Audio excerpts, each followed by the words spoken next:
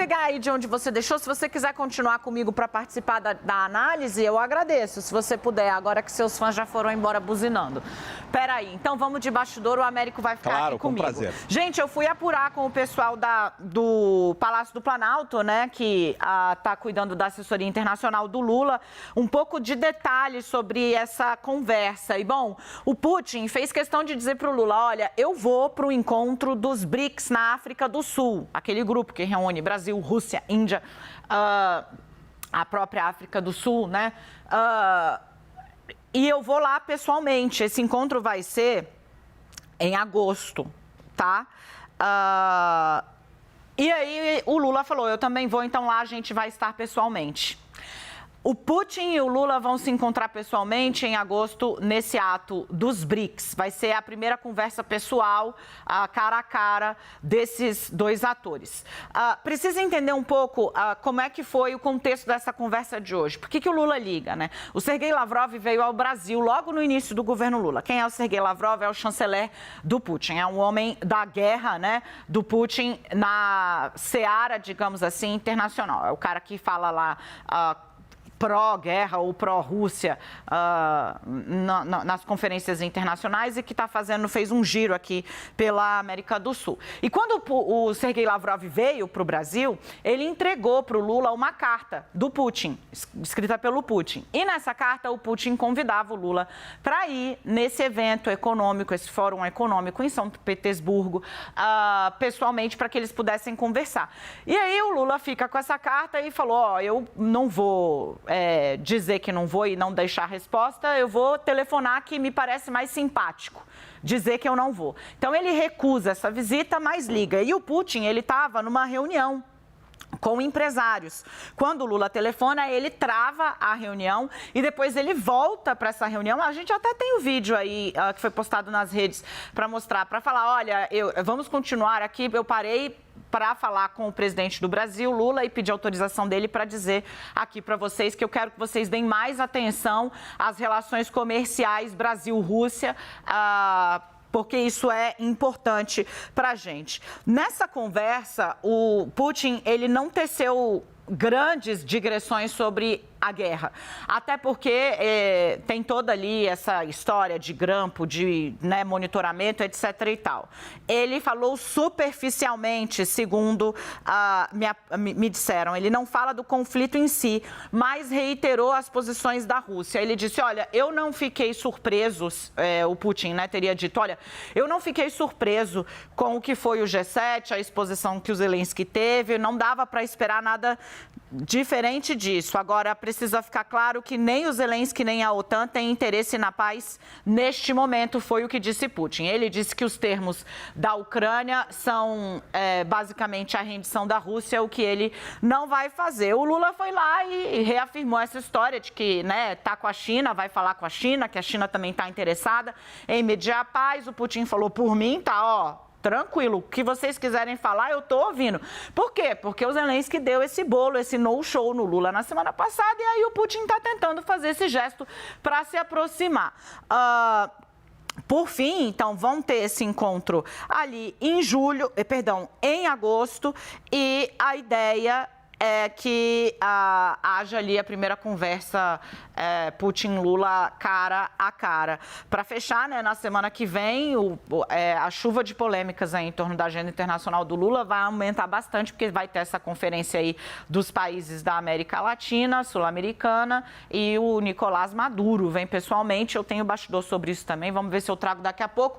Antes, deixa eu chamar aqui o Lorival Santana e o Américo Martins, está conectado conosco, e também, olha, a dama de copas, guess who's back, ela voltou.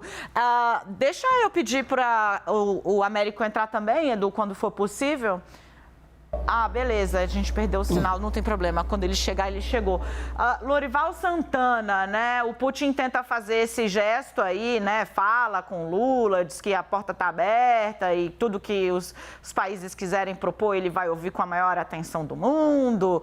Enquanto está lá bombardeando hoje clínica, inclusive o local de atendimento de saúde, a guerra continua e só se intensifica. O que esse gesto aí, esse telefonema de hoje, hoje muda, depois que o Zelensky deixou claro que não vê o Lula como mediador para esse conflito, ao dar um no-show ali para o brasileiro no G7.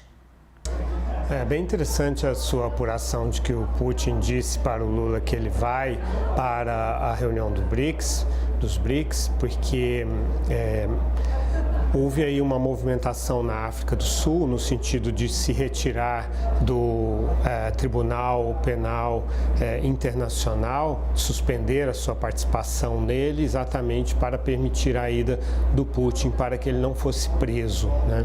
E aí a Corte Suprema e os próprios assessores do governo sul-africano informaram que era impossível, que seria ilegal fazer isso, não dá para suspender a participação no Tribunal Penal Internacional. Então, com isso, havia ficado congelada essa ida do Putin. Mas hoje, justamente, o secretário-geral do Congresso Nacional Africano, que é o partido que governa a África do Sul, Fikile Mbalula, disse à BBC que se o Putin for, será muito bem recebido na África do Sul. E aí vem o Putin, então, de acordo com a sua apuração, e diz que ele vai. Acho que ainda teremos que ver se ele vai realmente ou não. Essa tem sido a posição do Kremlin, tem dito que isso não o impediria de ir, mas existe o risco real de ele ser preso na África do Sul. Embora a África do Sul seja um país bastante amigável, a Rússia não condenou a invasão da Ucrânia, recebeu o ministro das Relações Exteriores, Sergei Lavrov, de forma muito amigável e tal. Então, essa é uma questão, em primeiro lugar, interessante, né?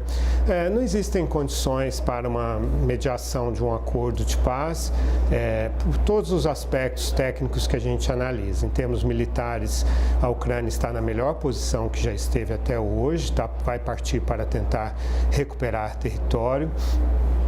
Em termos políticos, a Rússia está no pior momento. O Yevgeny Prigozhin, que é o dono do grupo Wagner, é muito próximo do Putin, foi cozinheiro do Putin. Diz que existe um risco de uma revolução na Rússia por causa do péssimo desempenho do exército russo na Ucrânia. É claro que ele tem interesse nisso, porque ele disputa poder com o ministro da Defesa. Do ponto de vista econômico, o preço da energia está caindo no mundo, as pressões inflacionárias estão diminuindo e nesse cenário o G7 acaba de reafirmar o seu compromisso de ajudar a Ucrânia. Em termos psicossociais, o povo ucraniano, depois de tanto bombardeio contra os civis e atrocidades, sequestros, estupros, execuções sumárias, não deseja ceder território para a Rússia. E com relação a esses países, a China e a Índia não são vistos como mediadores possíveis, porque eles são aliados da Rússia, eles possibilitam economicamente que a Rússia sobreviva. E o Brasil e a Indonésia, estou citando os 4 países citados pelo presidente Lula, não têm poder específico geopolítico para serem garantes de uma coisa tão grande como essa. Quando houver as condições, serão União Europeia, Estados Unidos, serão outros atores que entrarão, China, certamente, que entrarão e que serão decisivos. Tem uma questão aí, né, Yuri, que é exatamente, o Lorival coloca aí que, bom, as maiores potências é que vão tomar a frente nesse processo quando ele tiver maduro, né, ou com condições de germinar, de começar a acontecer. E aí, eu estava aqui puxando na memória o entendimento lá do Palácio do Planalto de que tem uma divisão meio que acontecendo, eles estão tratando assim, certamente o Lorival já ouviu essa teoria, depois ele pode até loucubrar sobre, se quiser pontuar aí, que é que há uma divisão, né? Enquanto o norte global do globo está muito fechado nessa posição anti-Rússia, o hemisfério sul, digamos assim, inclusive de modo geral, né, se você abre um mapa mundi assim, como se fosse, né, uma folha de papel baixa, então você tem a América Latina, a própria África adotando posições não estão, né? E que isso ficou muito claro no G7. A Índia, está todo mundo aí nesse bloco de baixo, entre aspas, que não está, digamos, nessa posição tão anti-Rússia. E aí, o que eles estão vendo? Essa divisão ficou explícita no G7 e em algum momento o Norte vai perceber isso também. E o Putin, que não é bobo nem nada, também já se ligou. Então, ao mesmo momento em que você tem o Zelensky falando, olha, ele pediu isso também foi a apuração que chegou na semana passada. O Zelensky, quando fala com o Lula pelo telefone, ele pede para o Lula, olha, eu tô com pouca entrada aí na América Latina, eu preciso, né, no grupo do BRICS mesmo, eu preciso que as pessoas entendam melhor o que está acontecendo aqui. E isso estava sendo costurado, até que houve o no-show ali. Em que medida, Lorival, essa divisão de fato pode ter algum tipo de impacto? Porque o que eles estão dizendo a continuar assim, pode haver uma cisão mesmo, né? E aí a coisa vai para um impasse maior. Eu quero te ouvir sobre. É super importante e, sobretudo, por causa do papel da China nessa história, né? A gente se refere ao Ocidente coletivo, porque inclui também a Ásia, né? Japão, Coreia do Sul, a Oceania, a Austrália e Nova Zelândia, e ao Sul global, né? Que aí são esses países Índia, Brasil, países africanos, América Latina e assim por diante. E para a China é uma oportunidade muito grande de consolidar várias ideias. Primeiro, de que a China é um país que realmente se preocupa com o sul global, que oferece condições de financiamento, de investimentos, de comércio e assim por diante. Isso é algo que já vem há bastante tempo, principalmente na África e na América Latina, né? E com relação ao Ocidente, por sua vez, eles veem que eles realmente perderam a oportunidade de trabalharem as narrativas deles. Houve o período do Donald Trump, houve o período em que a Europa estava muito preocupada com suas próprias questões, suas divisões internas, a questão do euroceticismo, a questão da imigração, e por causa disso tudo, e isso entrou no cálculo do Vladimir Putin para invadir a Ucrânia. Ele entendeu esse cenário como sendo um cenário favorável. Ele não imaginou que a Europa se uniria de novo com os Estados Unidos da forma como aconteceu, mas de qualquer forma existe sim essa disputa, e a China quer mostrar que países autocráticos também são eficientes, também podem dialogar e são mais até do que as democracias. Então há um interesse muito grande de demonstrar que as democracias não são eficazes. Isso está muito em jogo nessa guerra na Ucrânia, sim.